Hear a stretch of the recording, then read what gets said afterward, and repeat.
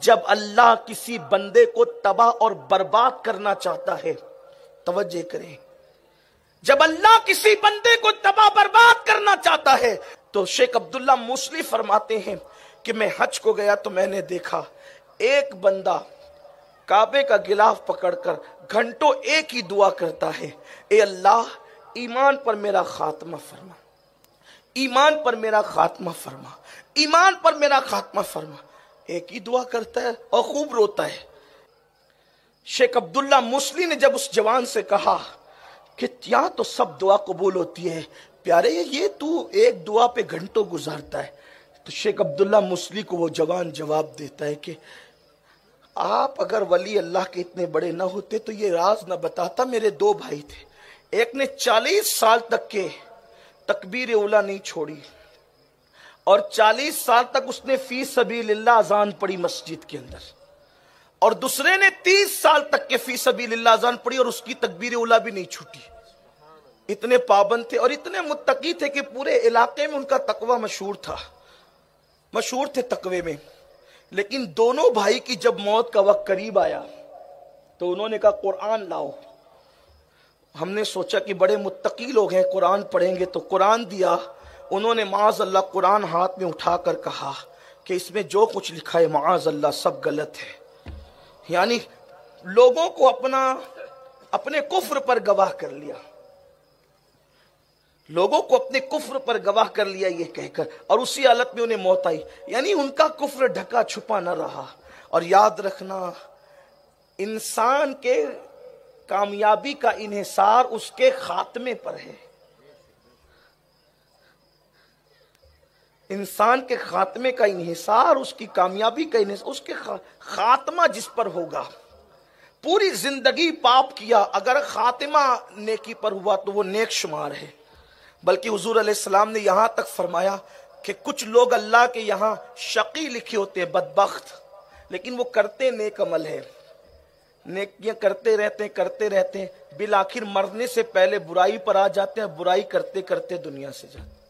اللہ کی پناہ مانگو، اللہ سے دعا کرو اللہ تیری امان۔ اور کچھ لوگ ایسے جو اللہ کے یہاں سعید لکھے ہوتے ہیں، نیک بخت لکھے ہوتے ہیں، گناہ کرتے رہتے، برائی کرتے رہتے، لیکن جب مرنے کا وقت آتا ہے تو قدرت انہیں نیکی کی راہ پہ ڈال دیتا ہے، پھر نیکیوں پہ دنیا سے جاتا۔ آپ نے نہیں دیکھا جناب اکرمہ کو، ابو جہل کے بیٹے تھے، سگے بیٹے، لیکن اللہ نے ایمان کی دولت عطا۔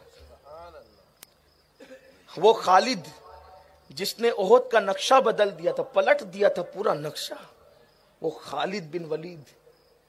بعد میں جس خالد نے احد کی جنگ کا نقشہ بدلا تھا، اسی خالد نے جنگ موتا کا بھی نقشہ بدل دیا تھا۔ کبھی کوئی سوچ سکتا تھا اسلام کو اتنا نقصان پہنچانے والے خالد بن ولید کبھی سیف اللہ بھی بنیں گے؟ اللہ کی شان ہے۔ اس لیے اللہ کی خفیہ تدبیر سے ڈرتے رہیں۔ ایمان پر خاتمے کی فکر کوئی نہیں کہہ سکتا، نہ کرسی پہ بیٹھا ہوا خطیب کہہ سکتا ہے، نہ آپ کہہ سکتے کہ میں ایمان پہ جاؤں گا۔ غوث پاک جب روتے تھے ایمان پر خاتمے کے لیے، ہم کون ہیں؟ ام المومنین جناب عائشہ صدیقہ روتی تھی ایمان پہ خاتمے کے لیے، ہم کون؟ یہ اور بات ہے کہ ہمیں ایمان کی وہ اہمیت نہ رہی جو ایک مومن کے دل میں ہونا چاہیے۔ تو کہا کہ انہوں نے دونوں نے کفر بکا اور اسی حالت میں مر گئے، موت آئی ان کو اسی حالت میں۔ تو اس دن کے بعد سے میں نے سوچا جب اتنے متقی نیک لوگ کفر پہ مر سکتے تو میں کس کھیت کی مولی ہوں؟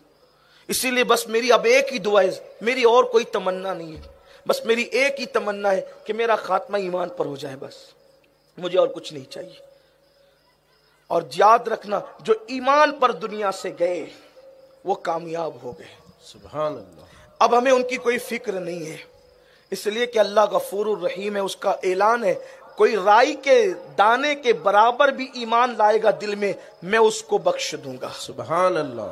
لیکن رائی کے دانے کے برابر ایمان لے جانا آسان نہیں۔ دل کے کانوں سے سننا میرے عزیز، میرے بھائیوں، یہ کسی خطیب کی کے جملے نہیں ہے، بلکہ یہ کسی کے دل کے درد کی صدائیں ہیں۔ وہ میری قوم کے جوان جنہوں نے اپنی زندگی کو آوارگی کی راہ پہ ڈال رکھا ہے اور سوچتے ہیں کہ گناہ کریں گے تو اللہ بخش دے گا، گناہوں کو بخش دے گا، کفر تو نہیں بخشا جائے گا نا،